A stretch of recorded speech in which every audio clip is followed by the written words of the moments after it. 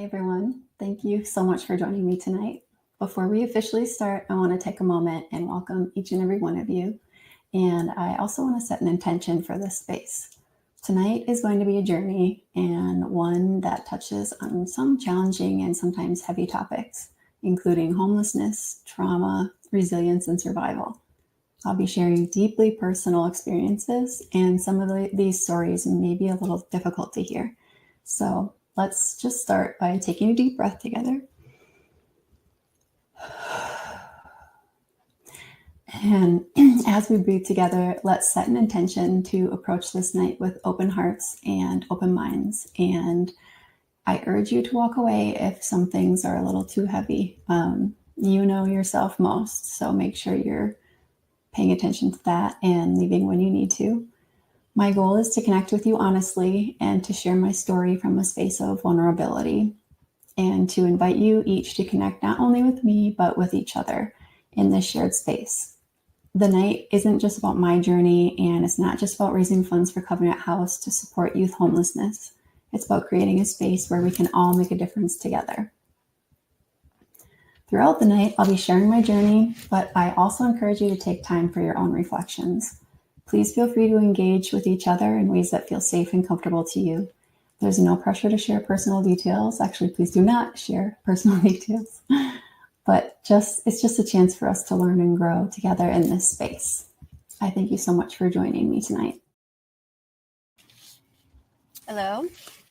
Thank you for joining me. As you can see, I am in my backyard in a tent. When I first had the idea to participate in the Sleep Out event for the Covenant House to raise awareness for youth homelessness, I was in perfect health. So I was ready to tackle this night. Unfortunately, last weekend, I've been having some health issues. So I have to give a big thank you and shout out to my family for setting all this up for me and pretty much doing everything for me for the past week. So thank you to my husband and my kiddos. My name is Anna, and I'm honored to have you here tonight. Can everybody hear me okay? I've got a live feed of TikTok over here, and then everybody else is on the other side. So I think y'all can hear me. But so again, this is the Sleep Out event to raise awareness for youth homelessness. And I will show you, I have a fundraising page. And so if I can direct you to that right now, our goal is $1,000 and I'm at 800 right now.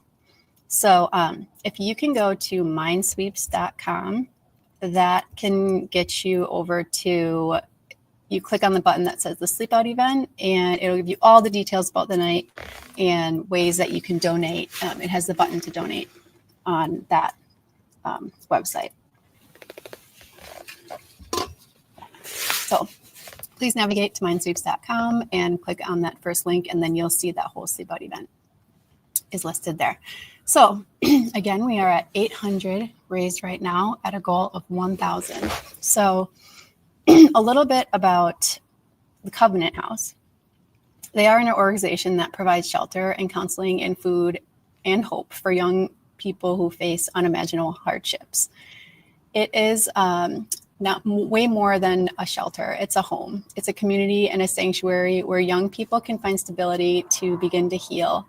And many of the youth at Covenant House carry hidden wounds like trauma and loss, a sense of just feeling invisible. But the incredible staff there sees them as lives worth investing in, as individuals deserving of love, respect, and a future.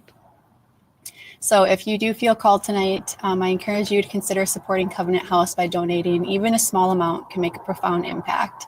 And it just gives these young people the support they need to rebuild their lives.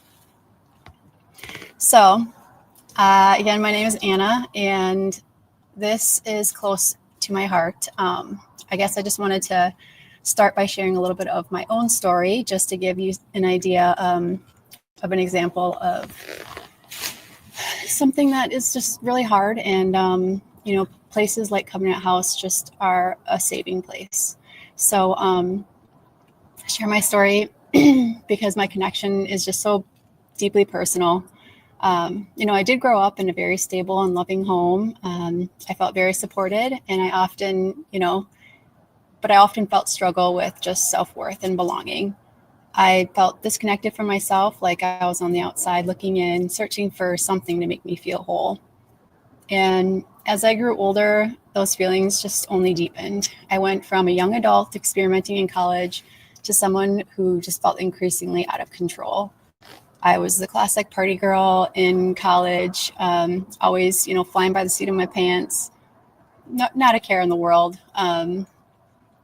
I was always just down for anything. And I love that about myself. I loved that I was, free spirit and just down for anything. But, I just kept feeling like I was searching for a sense of purpose and always looking for validation somehow. And, I just slowly felt like I was losing myself ultimately. But, fast forward for just like to a few years ago, I suffered a major concussion, and that really forced me to slow down and truly focus on my healing. And through taking that time and just digging deeper into my brain, I realized that I had ADHD.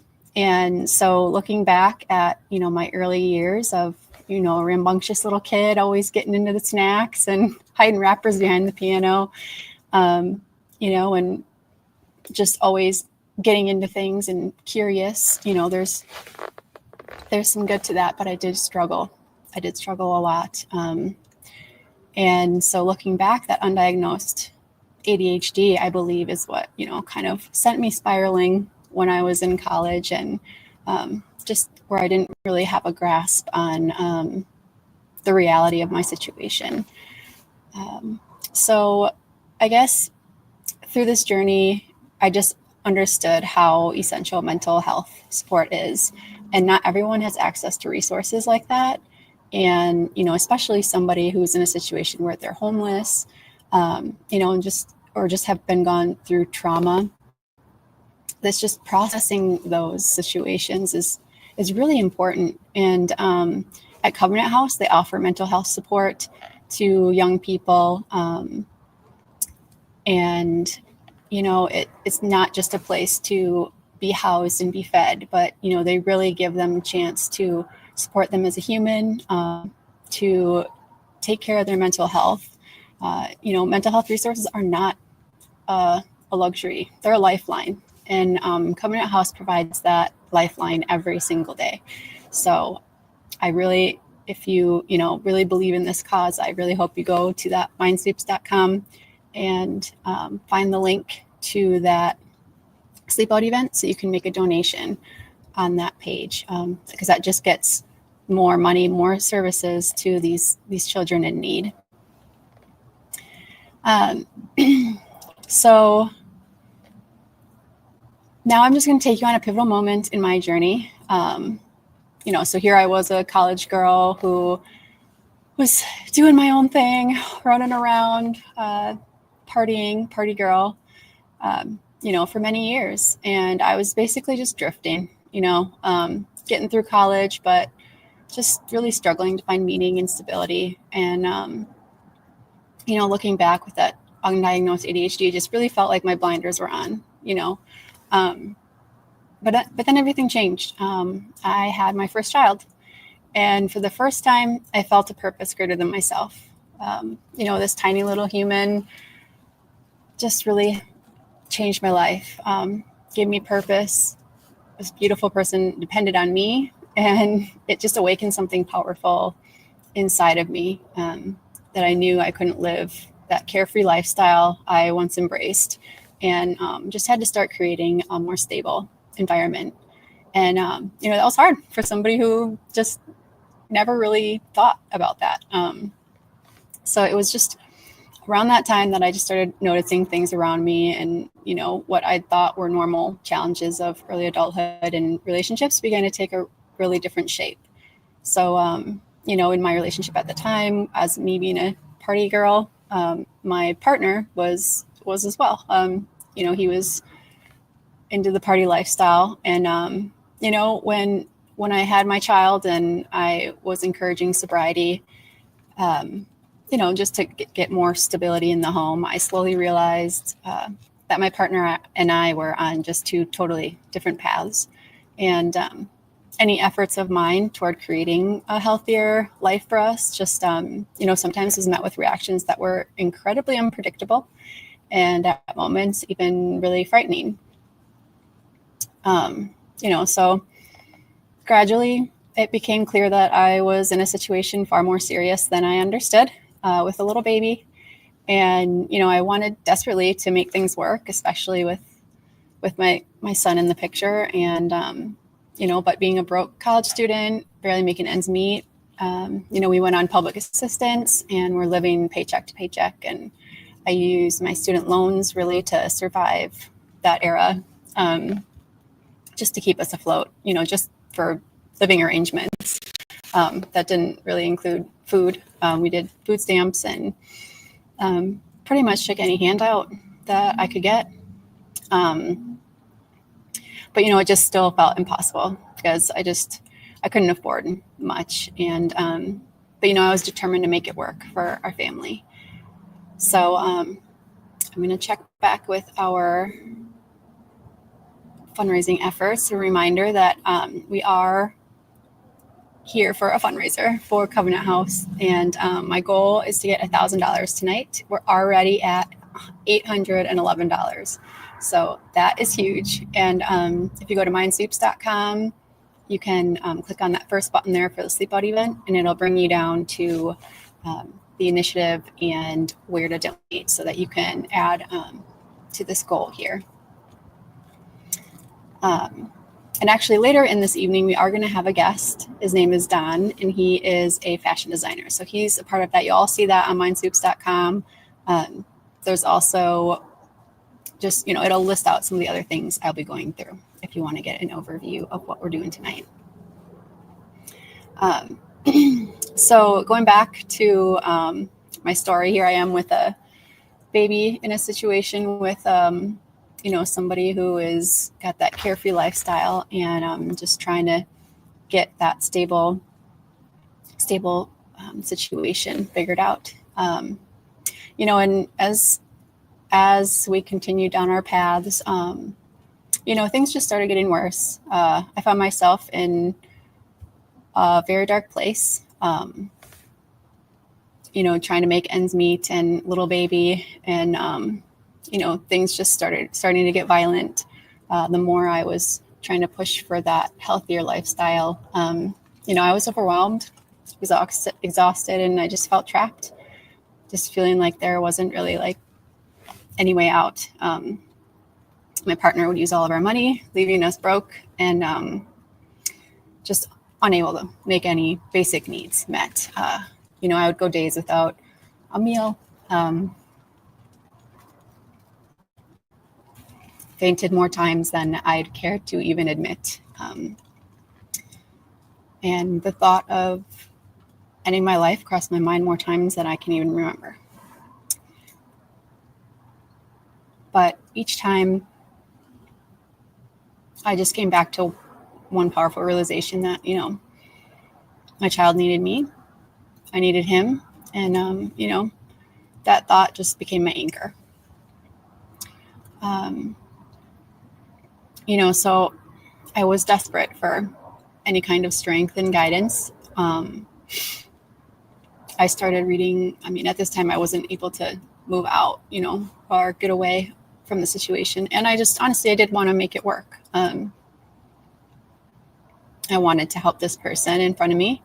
I don't want to make this person seem like a villain, because he's not. Like I mentioned with the undiagnosed ADHD, it had blinders on me. I floated through life, not really thinking how my actions affected other people. And, when you are in a mental health crisis, sometimes those crutches become your everything. And that can lead to you being absolutely blinded sometimes. I honestly don't even know if he even remembers the majority of the things that happened. So I do not want this person to seem like a villain by any means. It's just somebody who, could have used some help, like the services that Covenant House provides, at a way earlier age, before things got to the level that they had when I met him. Excuse me, I'm being a little parched. This is emotional stuff. And I thank you, everybody who's here. But yeah, so I was very desperate to make it work. And so I, started reading philosophy books and self-help books, and was just trying to build a sense of purpose within myself. I attended Al-Anon meetings, which are meetings to help family who are struggling with a partner who is having some substance abuse issues. And, to my surprise, he started going to AA, and that was great for a while. I had a glimmer of hope that things might be getting better.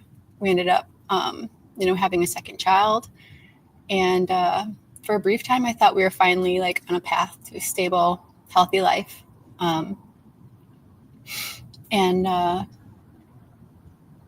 But, it was short-lived. Shortly after my second born, I just started getting more curious and looking around the house, and I just to be sure. And yeah, I just found out things that, I'd drop him off at AA, and then he'd actually leave and go somewhere else. So I just, once I started to bring the veil up second time, it was pretty devastating that second time, after you think that you kind of got through the thick of it. So once I discovered that, I obviously was trying to push for that stable lifestyle again, but that violence returned tenfold. And now, as a mother of two, I was living in fear for our lives. I just knew I had to find a way out for myself and for my children. And, community is so much when you are finding yourself in a situation like that. Because I would share with family and friends some of these things that were going on. But, when you're not in it, it's so easy to say, just leave. Just leave. What are you doing? He's not for you, go.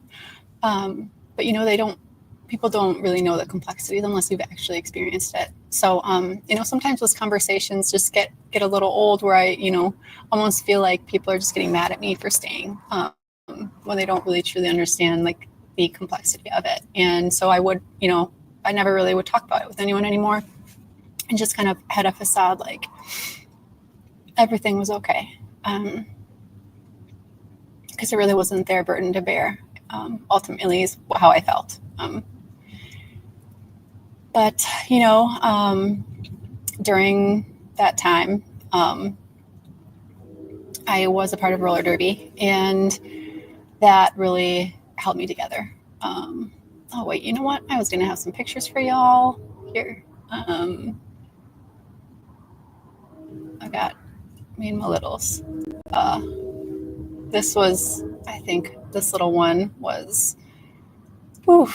maybe 6 months. And I was clearly malnourished at the time, after just giving birth. But yes, so then I found roller derby. And that really was a lifeline for me. It gave me an outlet, way to release some of my frustration. But more than that, it just brought me into a community that I hadn't experienced before. A group of people who were strong, fierce, and supportive. And as I started to open up to people in that circle, I was offered a place to stay, which was a friend's attic. It felt like a small piece of stability in an otherwise chaotic time. While I was grateful for the offer, I didn't take it, because I was just still trying to figure things out. But at roller derby, it just gave me something to do. it was a place to reconnect to my strength. You know, it's an intense sport and it demanded presence, grit, and resilience. And it was a way for me to remind myself that even in this dark time, there was still part of me that was strong. And, you know, when you're on the court, you're playing offense and defense at the same time. And actually, it was a way for me to kind of escape from my mental hell that I was going through on a daily basis. And, you know, that's why Covenant House, again, is just such an important piece. You know, I didn't have that when I was in that situation. We don't have that type of facility around where I was living. And so I really just felt like roller derby was that place for me to feel like I was something. You know, through the difficult times, I received so many acts of kindness that kept me going.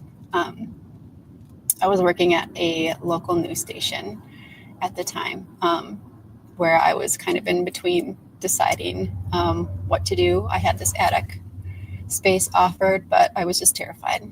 I was terrified to leave. I mean, with the violence that was ensuing, I thought leaving would have been the end of me. So I had to be very careful who I talked to and who I told what to. I ended up reaching out to my close family, my sisters. And, you know, while one was so heavily helping my emotional needs, just, you know, being there to talk to anytime I needed her, the other one offered me to pay for every other month's rent if I found a place. So, you know, just reaching out to people who you trust is so important. And, you know, once I started doing that, you know, coworkers donate kitchen supplies. They, you know, I first wasn't sure how I was going to leave. But once my sister offered that every other month rent,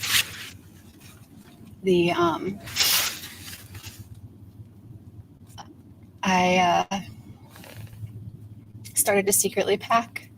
And I had about 6 months until I was going to be in this new place. And he did start to notice. So I had to move quickly. I left with all I had packed. I had a couple bins that I was storing in that person's attic, and then a couple bins at another friend's house. And when he realized, I left and I never came back. I made sure that my kids were in a safe place at my parents' house, which was an hour and a half away. And, you know, I would have loved to stay with them and go back and forth, but I could not afford the gas. I had to keep my job. And so I had to stay close to my job. And, you know, I didn't tell my parents what was really going on. I mean, they knew a little bit, but, you know, it was just one of those things. When you're in that situation, you just feel like a burden already. So asking for even more than what people are giving you is really hard. So, you know, you do have to be careful who you trust, because that can sometimes backfire. There were some other scarier situations, but, you know, there are way more people out there who are kind and want to help than you realize. And even strangers, you know, and so for different ways to give to people, if you are ever looking to help out Right now I'm streaming on TikTok. I have a showcase on TikTok. So if you go to Anna Crayons on TikTok, ANNAKRAYONS, that is also linked on mindsweeps.com at the Sleep Out event on the page. There's a link that'll take you directly to that shop. I have products on there that would really help support people in need. So if you purchase from my link on TikTok, then any commissions I make from that, I will be donating to Covenant House. And so there's that on TikTok, and all the products in there. A lot of them are products that you could give to somebody who is in need. So maybe stockpile some things in your trunk, if you want to give to somebody, but you're just not sure what. There's things like sleeping bags. There's a life tent that's like $10. That's just like a little teepee tent. Hand warmers. I have some of these items here tonight, but anything that you think, if you're going camping for a night outside, what you would want to have with you. It doesn't hurt to just stockpile some of those in your car and have them to give to somebody. You never know who you're going to run into and what their situation is.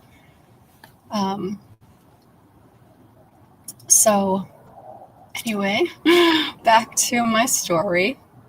So, other instances of people reaching out to me where, I had a woman who would babysit for me, who was my son's little friend's grandma. And she would babysit for me while I needed that while I worked, for a ridiculously low rate, half of what we had agreed upon, because I was the only half who was paying. And she continued to stand by my side. And, when I was in the attic, because that's where I ended up going when my kids were with my parents, nobody really knew that.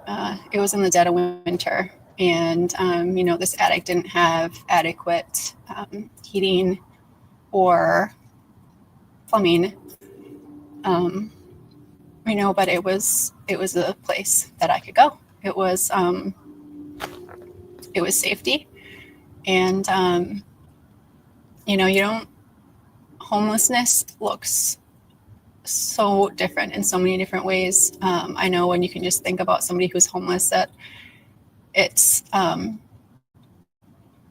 you think just, somebody who's just on the street, a drunk,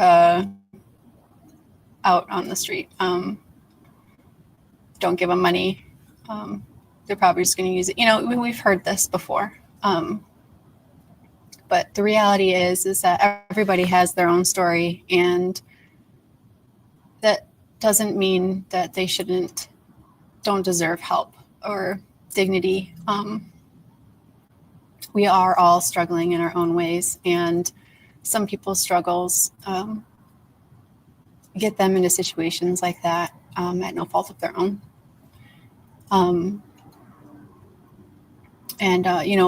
There's 50% of homeless women are a result of domestic violence, and you just never know. So donating to Covenant House, I left and was in that attic. But, if I hadn't left, I don't know what could have happened to me. So, places like Covenant House just are really important to me, because I could not imagine for 1 second my kids being in a situation where they're on the street, not being able to even have a job to support themselves. So, living in that attic was was a refuge for me. But, you know, it was also scary. Like, I didn't know if I was doing the right thing. I was scared to walk out on main streets in fear that he might find me. So really, I lurked in the shadows, I guess you could say, hidden, so that I just try to be invisible. And gradually, I just kept going to work. Gradually started telling more and more people my situation. And like I said, I had coworkers give me kitchen utensils, and eventually I did get into that apartment. Thank goodness. And when I did, I didn't have any furniture. I didn't have, really anything. So, friends started telling other friends, and people started surrounding me with love, and provided me with an entertainment center I got from a complete stranger.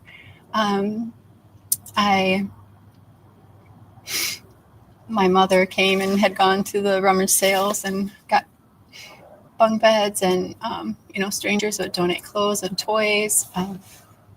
So it just meant so much that I had that support system, but so many people do not, especially if you're a child who ended up on the street.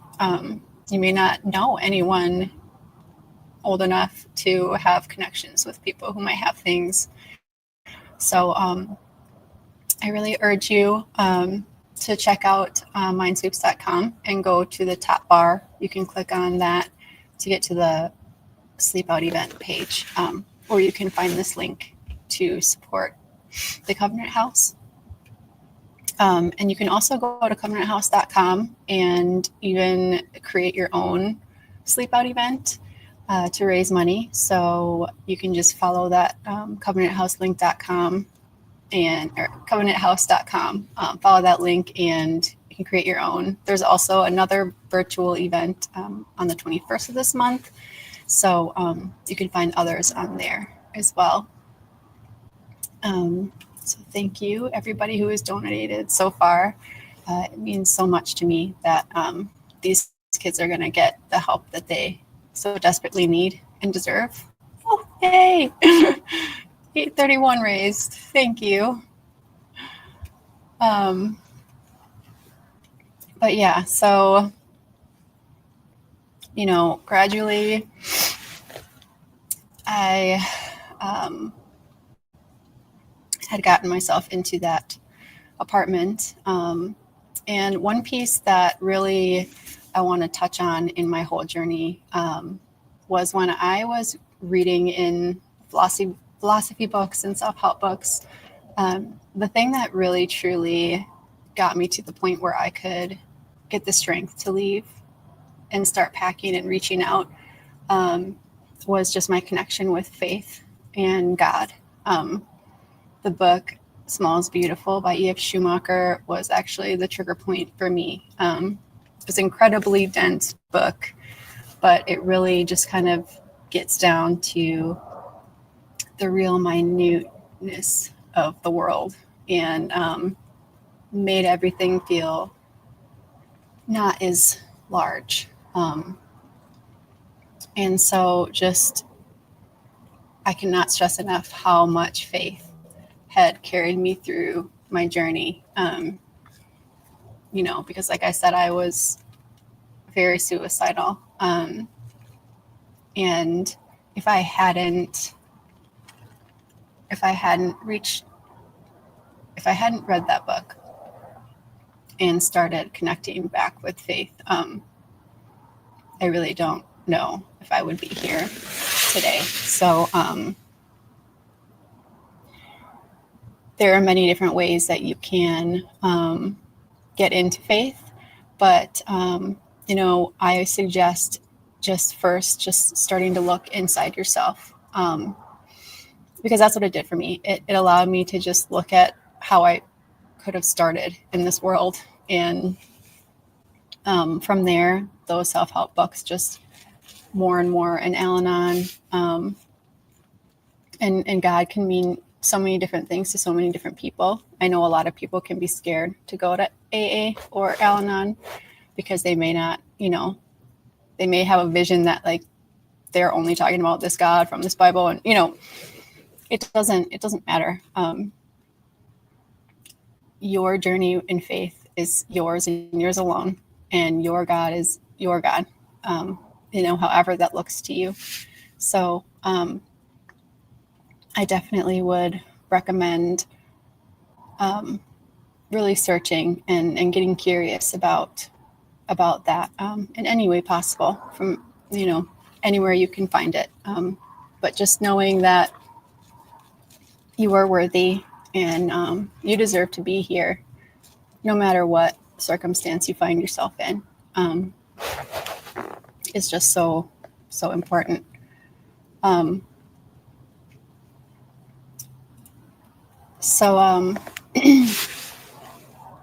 Again, I'm just so overjoyed that Covenant House exists. We don't have one in our area, but I'm hoping with continued efforts like this one, that we can have one pop up, more and more in different areas, and just really stomp out homelessness altogether. It shouldn't be here, not at all.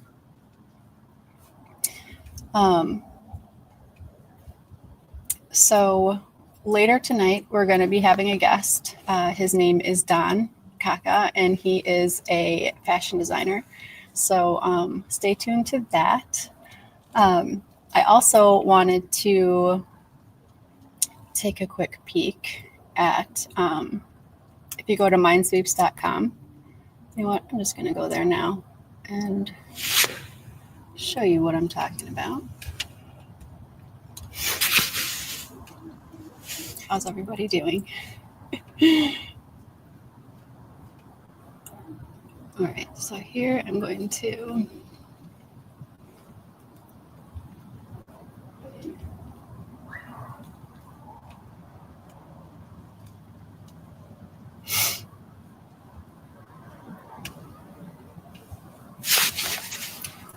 all right, so this is a website, mindsweeps.com. So if you are on the home page here, then you can click on the first part and you are led to this piece. So part of my story here, this is where you can click on the button to donate directly to the Covenant House. And then there is a pre-sale going on. So for mindsweeps.com. So after I had been through all of what I've been through, I talked about the concussion and how I ended up having ADHD. I have gone on a journey since then to really just dive into my brain, and then I got COVID, and that severely affected my brain and body connection. And I think that is a huge piece of everything for connecting our brains and our bodies, with mental health issues. That I think is one of the first steps is just realizing different pieces of your brain. And one of that is thoughts. And, when I found myself in those situations where I was feeling suicidal, I know it was me just listening to my thoughts and running with my negative thought stream. And, we all have it, those intrusive thoughts. And if we sit and we just stay with them and follow them, it can make you get to the point of just absolute despair. And when I had COVID, and it affected a brain connector in my brain, and it basically told my body that it was sick when it wasn't. And so I had to go through retraining of my brain to teach it like, nope, I am healthy. And so it was sending helper bees in my body, as if like my wrist was broken. It would send those little helper bees to fix it, but it wasn't broken. So really it just turned into an attack and caused inflammation all over my body, which was extremely painful. And what I had to do to get out of that was basically just, you know how they talk in like manifestation, where you talk as if you already have the thing.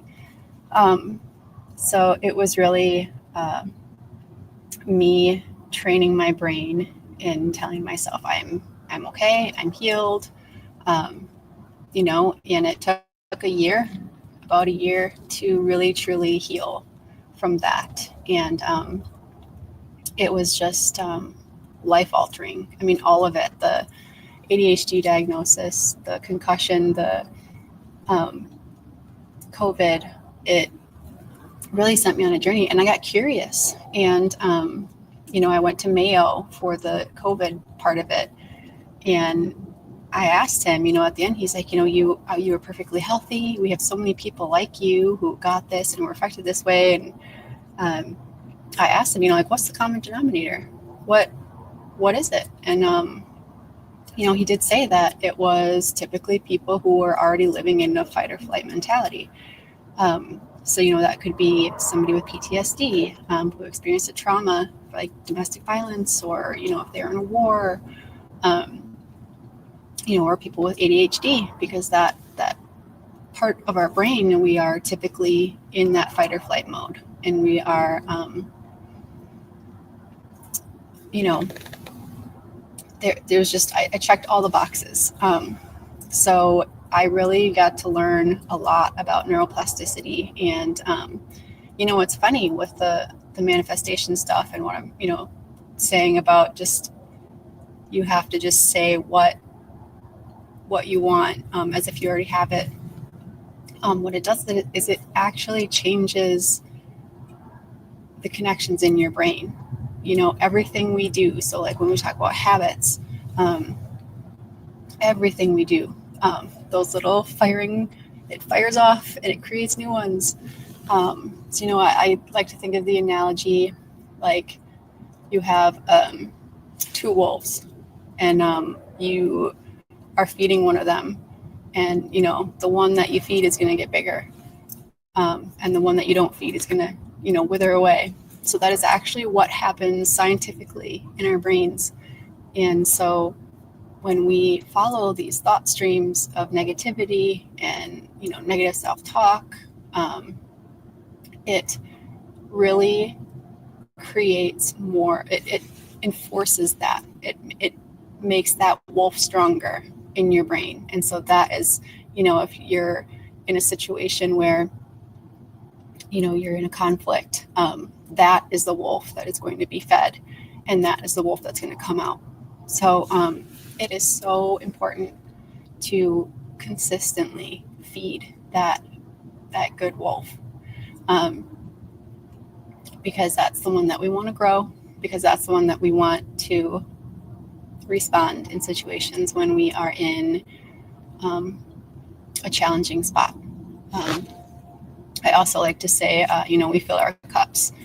We fill our cups every day, and whatever we fill our cups with, you know, so if we are filling it with positivity and positive self-talk and, you know, tranquility and peace, then when we're in a situation where we're knocked and our cups spill over, that's what's going to come out. So again, I've just been obsessed with this type of stuff since my ADHD diagnosis, and you know, so that's been about, I don't know, 7-8 years. And I'm putting together a course that's coming out in March of 2025 that kind of goes through a lot of that stuff. And it has really changed my life. really changed my life.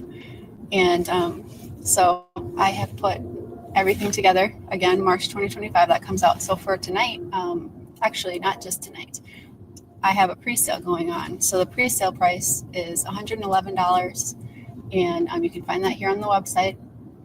Anybody who purchases a pre-sale course for $111, I will donate a free course to somebody in need. And I will figure out how that's done. I promise that will happen. I can show the stats on everything. So I plan to have a form on my website specifically for people who are in need and who want to have some of that mental health support. And so this course, I believe, will help a lot of people. So again, anybody who purchases a pre-sale course, I will donate a free course to somebody in need. And I will have that on my website that you can apply if you are somebody who is in need. I will have that on my website where you can apply. So that will be out there. And then on March 1st, March 1st is when the course goes live. Right before that, when it goes live, the course then will go up to $222. So right now it's a 50% off deal until that launch date. So get on it. So we have that pre-sale going on. And then so this is Don. So he will be joining us shortly. But so we will come back to Don's. Again, I went over, there is my TikTok shop that is, I will put my TikTok handle here.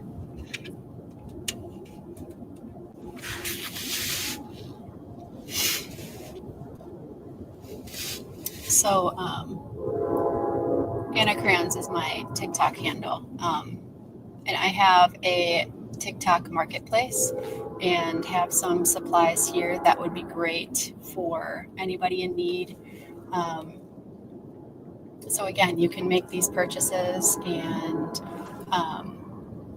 keep them in your car, or just make them purchases for yourselves if you need this type of gear. And anybody who purchases through my marketplace for these items during this event, any commissions made, I will donate to the Covenant House fundraiser. And we have another support section here. So on mindsweeps.com, if you go closer to the bottom of the page, we have support Covenant House through the ARC Boutique. So this is a boutique that has a whole bunch of different types of products. We have things for the home. We have bags. We have clothing, accessories.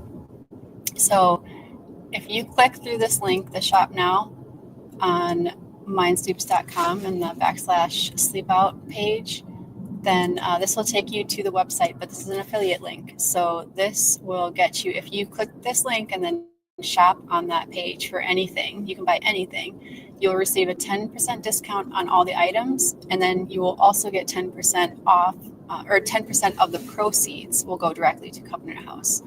So each purchase contributes to providing, those essential resources to the young people in need. So if you just need to do some Christmas shopping and, want to do it on a place that also helps youth in need, then I highly suggest using this link again, because that's our affiliate link, or you can use the code. Hang on one second.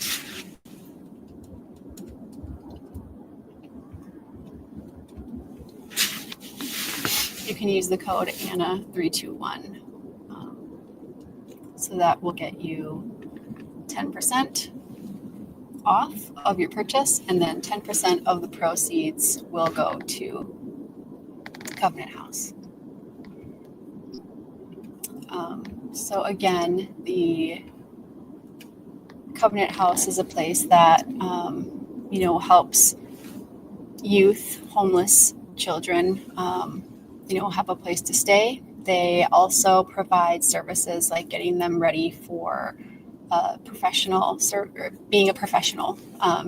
so they have professional clothing they can wear to prepare them for interviews, take them through the process of finding a job, and, just be that support system that anyone would want to have if they're in a situation where they were without a home, without parents or guardians to look after them.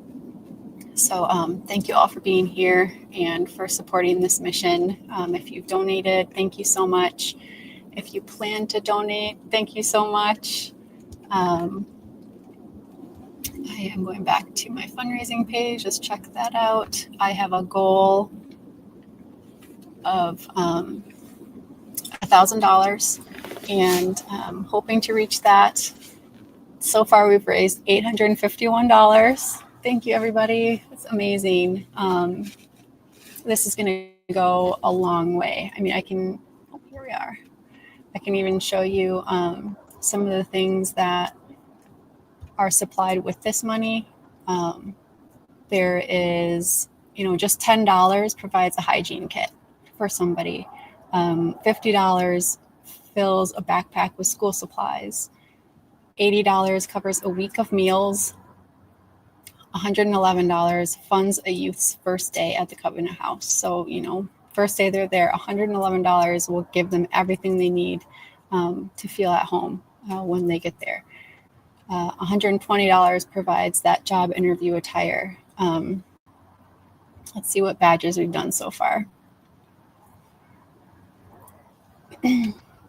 So, $20 provides 2 outreach kits for their street outreach team. So they have people on the streets walking around looking for people who need help. It's not just a facility that, you can have to stumble upon. It's like they are actively looking for people who need help. $125. We've raised, $125 at 12 outreach kits. And $500 fully stocks an outreach vehicle for 2 weeks. So like I said, they have a vehicle that goes around stocked with goods so that people can get that help immediately when they get in the car. That is it's huge. So we're already at $871 out of our $1,000 goal. That is so incredible. But like I said, it's been quite a journey. And I know that, my story is just one in millions. There are so many people out there that, need our help. And Covenant House, it's open 24/7. So they are open day and night, every day of the week. Since 1972, they've opened their doors to more than 1.5 million young people. And more than 2,400 young people wake up in a Covenant House bed every single day. So we're making a big difference to the people out there. And I can't thank you all enough for being here, for supporting this mission, and, just being there for the little ones who knows their story and what they've gone through already in their little lives. But, food and shelter should not be something that they should have to worry about. So that is incredible that we've raised this much money. Since I have been on this journey in creating mindsweeps.com, I also offer one-on-one services. So if anything that I said tonight, if that has resonated with you and you feel like I could help you in any way, I am a transformational neuro wellness coach. through all the stuff that I've been learning. And, that's part of my ADHD superpower is when you're curious about something and you're passionate about something, you will go at it like nothing else. I mean, you get ADHD brains are curious brains, and that is a gift. And, like I said in the beginning of my story, undiagnosed ADHD, I think, is just very challenging because you don't know what is going on. You don't know, you just don't understand the disconnection between the brain and body. And it just feels so wonky and not right. And it just makes you feel not right and not worthy. And that's just another piece to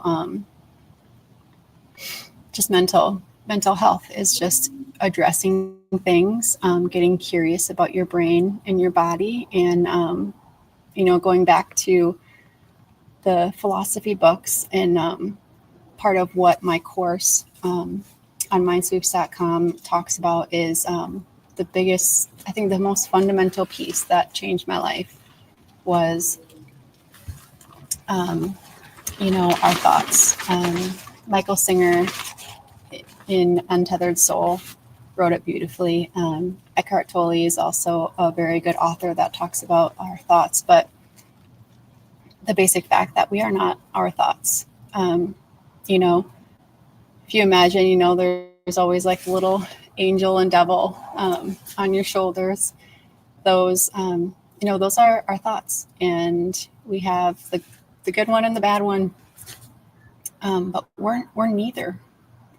We're neither of them. We are not our thoughts. We are the viewer of our thoughts. And so just that piece was really key for me in just understanding that my worth, and that, we can have those thoughts, but that doesn't mean that that's who we are. And we have the power to push them away. We have the power to feed them and not feed them. And, I have gone through a lot of things, and a lot of the, what I brought up about my concussion was that, that helped me figure out my ADHD. But the COVID part helped me wake up to addressing the situation that I was in previously. So, being homeless, being in a domestic violence situation, having undiagnosed ADHD, all of that can take such a toll. And, once you get out of there and you're in your safe apartment, you can still be in the survival mode if you don't turn around and address, what you went through. And, you can be in survival mode for a long time where you think maybe you're free of that, you're done with it, and you're so much better now. But if you don't turn around and really take stock of what happened to you after you've started healing, it's so important to do that, because we're never totally done healing. And taking the time to look back at it is important because you can see it from a different perspective, and that can just continue that healing process. And again, that's part of the type of things that I'll be working with in one-on-one sessions with people. If you go to mindsweeps.com, the work with me, I have a 30-minute free consultation to start so that we can just make sure that we jive together, that, you understand the process. And if you want to move further with that, we can book individual sessions. But now we do have our guest with us tonight. Don Kaka, I bring you to the stage. One moment. Cool. Hey, how's it going? Good. How are you? Good. I hope you're having a good night. Yeah, I'm out here camping in my backyard. It's starting Awesome. to sprinkle a little bit, I hear. That's awesome. Can you hear me okay? Yeah, I hear you good. Okay. Awesome. Well, Don, thank you for being here. Of course. Don is a fashion designer, and he is making waves in the fashion scene. And I have asked him to be here because, I really admire, Don, how you have really taken charge of making a change for the better in so many ways. Can you just start by sharing a little bit about your background and what inspired you to become a designer and just kind of this mission for change? Yeah, of course. And again, I appreciate you for having me. So, I design clothing. I've been doing it for quite a few years now, and was designing more like unique types of clothing for a while, like jackets and stuff like that. And then earlier this year, I just kind of discovered what was like happening with fashion and clothing, and specifically like the use of plastic in clothing, and the fact that like especially with the yoga and athletic outfits that basically 99% of them were made of plastic. So I kind of changed course and have just been solely focusing on that issue, and um, hope like slowly but surely attempting to make change in that area and hopefully eventually eliminate plastic from clothing. So yeah. Yeah, that is incredible. I know that you have a clothing line. Let me pull up your website for a minute here. Sure. It's just so unique, the type of things that you are doing. So let's see here.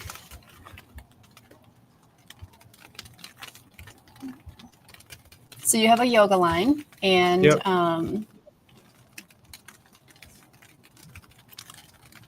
On Don's website here, he's got the yogi here. And this is actually how I found you, because I saw interviews of you with other people just talking about, how the plastics in so many of these yoga outfits, especially, are really seeping into people's bodies. And I saw that you had mentioned that there are settlements going on too for a lot of companies with these toxic chemicals. You want to touch on that a little bit?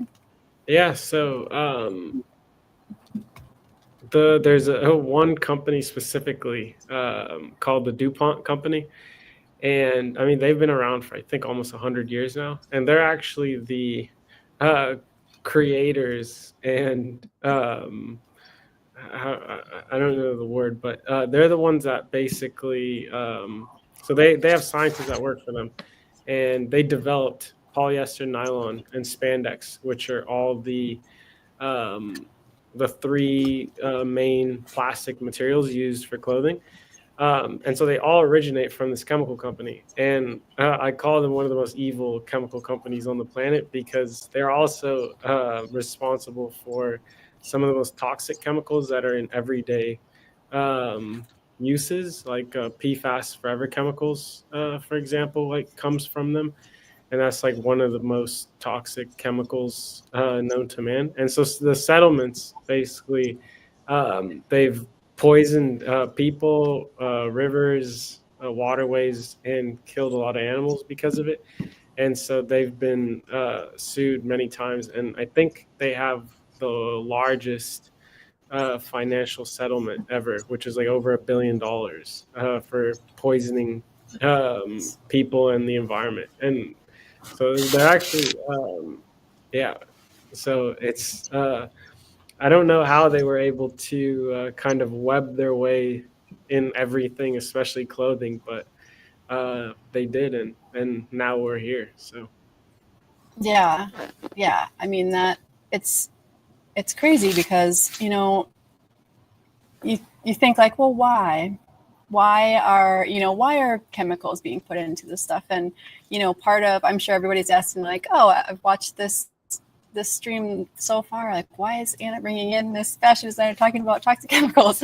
But there's a bigger point to all of this, and that is that a statistic of homelessness, that 1 in 5 people who are homeless are pushed into human trafficking. And Don, I know that you have touched on, part of the reason why you are having a mission to get cleaner clothing in terms of chemicals, but also like how things are made, not only like what chemicals are in them, but how they're made. You want to talk about that a little bit? Yeah, I mean, like the majority of these clothes too are made in factories where like slavery and still exists and is still widespread. And I'm sure they tend to prey upon the least advantaged people of society to fill these factories. And literally, like you can look it up. There's still literal modern day slavery happening within the fashion world to create these clothes. And again, they prey upon the most least advantaged people to fulfill those roles. So yeah, and I think it's one of the most, aside from everything else, it's like one of the most looked aside things going on right now. So, but to me, it's a big deal. It's and hopefully that's another thing that we can change too. Yeah, definitely. And I know that, we talk about, how it is getting easier and easier to buy items, and you can find websites for things that are extremely cheap. They're almost giving it away. And, I always look at those sites like that just cannot be right. Like that too good to be true. And, it is, because those websites are typically the ones who are guilty of having slave labor make their items. And so, part of our process tonight is just to build awareness around that, and then also just be a change maker. So, Don has agreed. So on the website for Mindsweeps that I showed you, that sleep out page, if you click on the link to Don's website, that's an affiliate link. And so by going on his page through the link on mindsweeps.com, any purchase that you make on his website, you said, do you want to talk about that? Yeah, 20% of each thing sold will go to the cause. And hopefully that, that's enough to help something. So, yeah. That is amazing. So yeah, anything that you purchase on his website, and these look amazing, and they're made from really nice fabric that is not filled with harmful chemicals.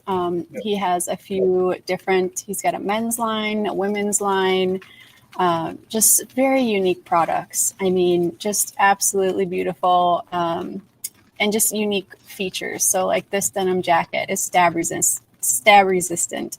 If you go to Don's TikTok page, he has so many incredible videos just kind of showing off his different pieces and their functionalities. You have a glow in the dark line. Yeah, I think there's a page on there with it, but yeah. Oh, there is? Let's find it. I want to show it. Okay. It's okay. If you go to the top and go to the, I think it's experiments. Yeah, there's the glow one. Yes. So I mean, not only are you coming in with making sure that everything is made, you make it by hand. What was that? You make everything by hand? Yeah, me and my team. I have a few sewers that work for me, and then we all together make everything from scratch here in LA at our studio. That's so amazing. I think I don't know for sure, but I think I'm probably one of the only people that actually doesn't make clothes in a third party manufacturer or factory. So which is pretty rare to find these days. Yeah. Yeah, it really is. I mean, because a lot of places are streamlining and they're going to things that are quicker, and we're all paying the price for it. I mean, we've seen things in the food industry. The same goes for clothing.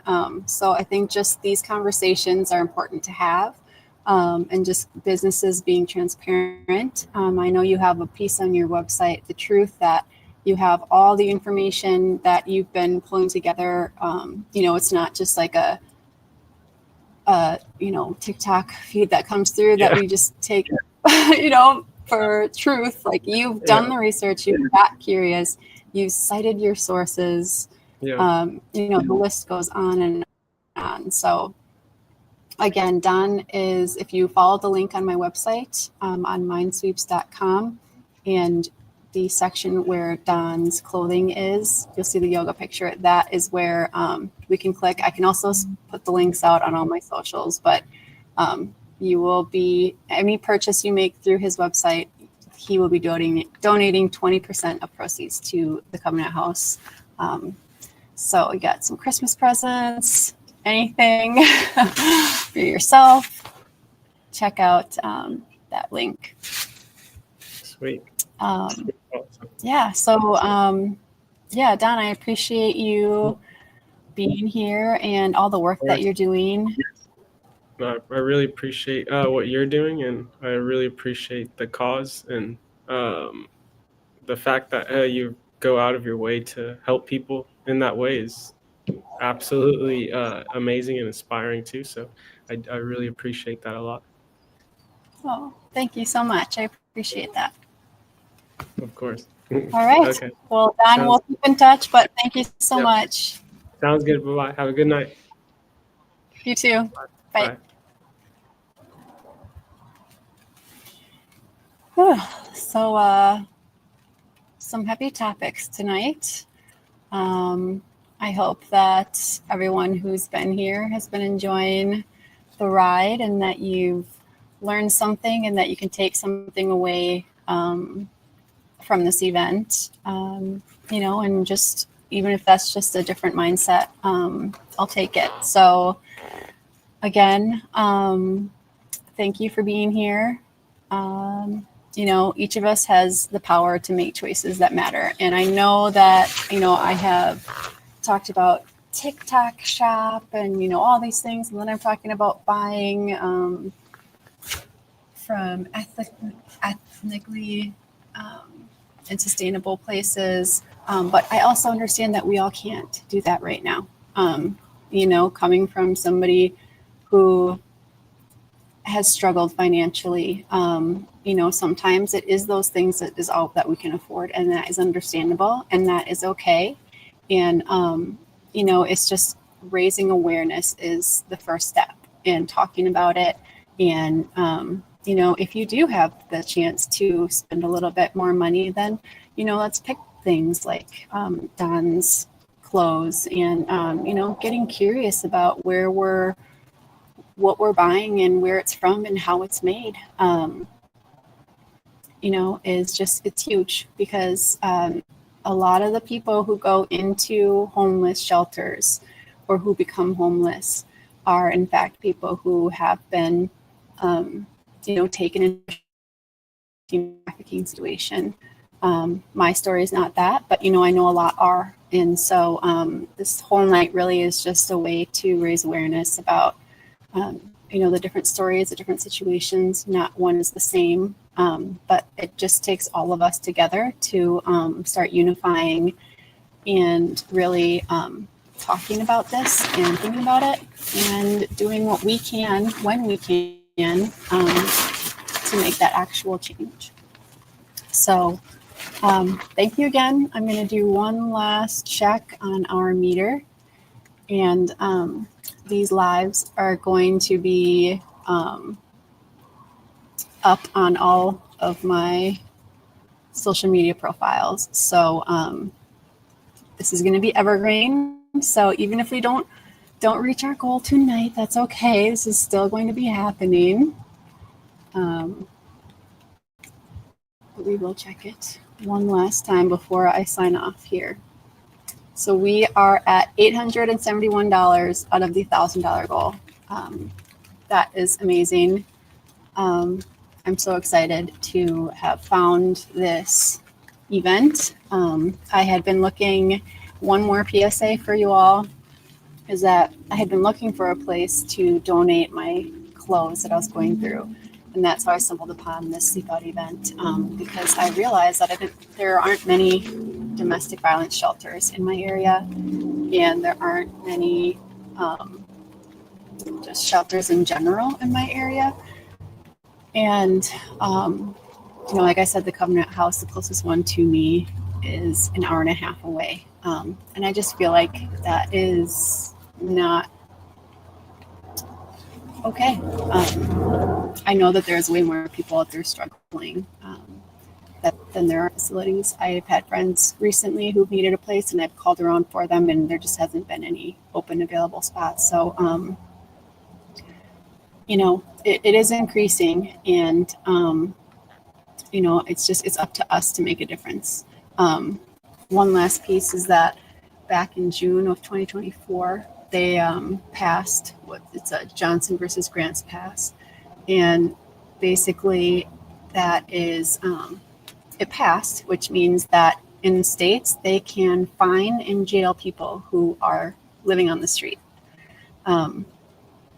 which if somebody's struggling and they end up on the streets, now they can get a ticket for being on the street and they can go to jail. I mean, we're going in the wrong direction. So looking into your local communities and seeing anywhere that you can help, maybe check shelters that you can volunteer at. I know Christmas time is coming up. If you can go through your children's toys and your clothes and donate to thrift stores and Goodwills, now is a great time, because the people who are struggling are going to be going to those places to find gifts for just their everyday essentials. So making sure that the thrift stores are stocked with Christmas toys for kids in need is really important as well. Typically people do that after Christmas, like, oh, I got all this stuff, I'm just going to get rid of this stuff now. No, please just do it beforehand if you can. Little things like that. Like I said, when I was struggling, there's countless acts of kindness that people don't even know saved me. Like when you're at work and you bring a snack to share for everybody at work. I mean, that happened to me countless times where that was the only thing I ate that day. So it's just little acts of kindness that go a long way, and you never know who is struggling around you, because, it doesn't always look how you think it looks. So thank you again, everybody, for joining me. Mindsweeps.com. Please visit that and check out the Sleep Out page for ways to help. And I hope that you got something out of this event tonight. I'm signing off. Thank you, and God bless you.